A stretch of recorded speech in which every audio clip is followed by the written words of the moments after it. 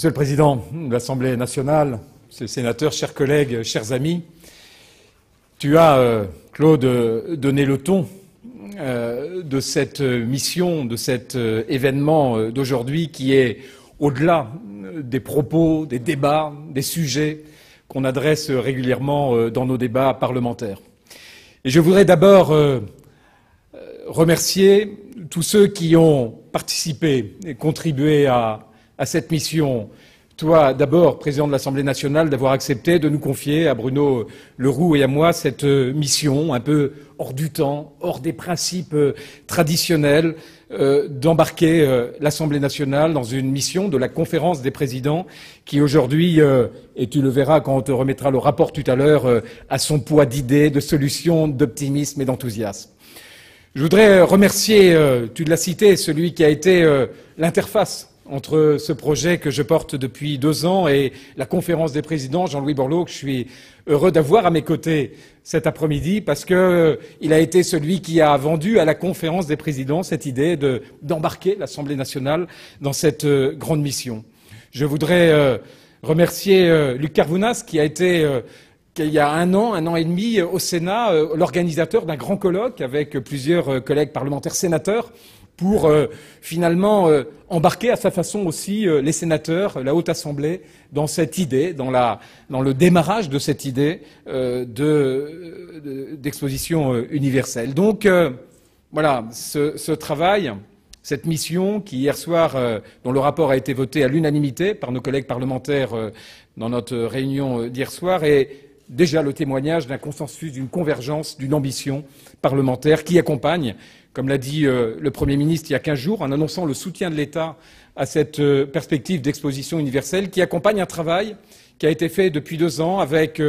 des étudiants, avec des grandes entreprises françaises, avec des PME, avec des entreprises innovantes, avec des organisations professionnelles, avec tous ceux qui par leur mobilisation, montrent que ce projet est un projet qui rassemble, est un projet qui fédère, est un projet, tu l'as très bien dit, qui entraîne la France dans une ambition dont elle a besoin pour rayonner dans cette mondialisation dont beaucoup ont peur et qu'il nous faut réintermédier, concilier, réconcilier sans doute avec notre pays, avec nos territoires, avec nos entreprises et d'une manière générale avec tous les Français. Alors cette mission, elle a cette ambition, elle avait cette ambition et le projet qui continue a toujours cette ambition, quelque part de mettre la France en mouvement, de redonner à la France un élan qu'elle semble avoir perdu de temps en temps en s'épuisant, et on en est tous un peu responsables, dans des débats un peu stériles, dans des débats qui nous éloignent, qui nous fragmentent, qui nous distendent, et dans des débats qui nous éloignent aussi de cette mondialisation qui est un constat et dont on a besoin pour prospérer et pour rayonner. Mettre la France en mouvement dans toutes ses dimensions, dans la dimension territoriale, faire de la France le territoire de projet de l'exposition universelle, mettre la France en mouvement dans ses principes économiques, en faire une trajectoire d'innovation, de compétitivité, d'exportation, de renouveau de l'économie française, faire de ce projet un projet social, un projet populaire.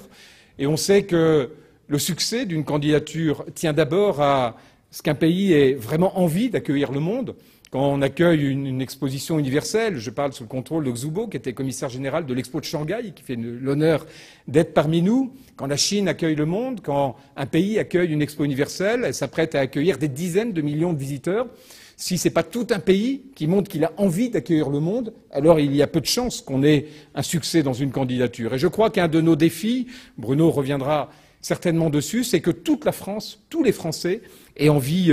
d'accueillir le monde. Et dans nos propos introductifs, signés par Bruno Le Roux et moi-même, on met chaque Français, dans chaque territoire, doit contribuer à ce projet. Ça doit être le projet de chaque Français et surtout pas le projet d'un sous-groupe, d'un microcosme parisien, parlementaire, économique. Ça doit être un projet national et un grand projet populaire. C'est un projet également qui ouvre à l'innovation, au numérique, qui ouvre à toute une série de progrès que ces grands projets témoignent. Et je crois que là, on a un vrai effort à faire. Si on part sur une exposition conventionnelle, probablement on n'aura pas cet appel à innovation que la difficulté devrait nous permettre d'obtenir. Quand je relis et quand on regarde l'audace qu'ont eu nos compatriotes au XIXe, quand ils invitaient le monde, 50 millions de visiteurs en 1900, quand ils construisaient des monuments aussi fous que la Tour Eiffel à l'époque, ils se fixaient des contraintes. Et on devait leur dire, quand ils fixaient ces contraintes, vous êtes fous, vous êtes proprement, réellement fous, c'est impossible. Et ils visitaient le champ de l'impossible. Et aujourd'hui, j'ai l'impression qu'on ne sait plus nous-mêmes visiter le champ de l'impossible. Tu l'as dit au travers de la citation du général de Gaulle que tu évoquais. Aujourd'hui, si on n'a pas une bonne dose de folie, d'impossible dans le projet qu'on porte, alors on risque de faire une expo extrêmement conventionnelle. Si on a l'audace de dire c'est la France qui accueille le monde, c'est la France dans toutes ses dimensions, dans sa complexité, dans ses paradoxes, dans ses difficultés, dans ces images parfois rétrogrades, si ce n'est pas cette France-là qui se donne le défi d'être et de faire la plus belle expo universelle du XXIe siècle, alors on passera à côté de ce que peuvent nous permettre de faire ces grands événements. Et puis enfin, tu l'as dit, c'est le défi d'une génération. Et j'ai en mémoire, en janvier dernier, une journée extraordinaire qu'on a passée où tous ces étudiants de grandes écoles et universités venaient présenter la manière dont ils voyaient la France et la rencontre de notre pays avec une exposition universelle. Et beaucoup d'entre nous et des grands présidents de grandes entreprises françaises qui étaient là, il y avait à peu près 250 ou 300 personnes à cette journée, certains étaient touchés vraiment par l'émotion, au tel point qu'on voyait des yeux un peu rouges au moment où ces jeunes parlaient de la France au XXIe siècle. Parce que c'est malheureusement un discours qu'on a pu l'occasion d'entendre souvent. Une nouvelle génération qui parle de son pays, de son territoire, avec enthousiasme, avec bonheur, avec ambition, avec la conviction que la France peut ne pas être cette puissance moyenne, mais elle peut être ce grand pays qui, malgré sa taille, dans un monde qui a changé, rayonne, porte des valeurs, porte de l'innovation, porte de l'espérance. Et quand on a vu à quel point ce sujet de l'Expo universelle était approprié par ces centaines de jeunes, qui en parlaient avec des vibrations dans la voix, qui nous faisaient partager ces vibrations et qui avaient une ambition pour l'avenir de leur pays, rien que cet exercice justifiait l'énergie qu'on a pu et qu'on dépense tous ensemble dans ce projet, l'énergie que tu nous as permis de déployer dans cette belle mission parlementaire, l'énergie que mérite cette génération. Et Christian de Boissieu, qui est là, avait conclu la réunion au Sénat en disant essayons de léguer autre chose que des problèmes à la génération suivante. Essayons de léguer cette espérance, cet optimisme, cet avenir. Et si tous ensemble, notre génération peut se mobiliser, toute catégorie sociale confondue, tout parti politique confondu,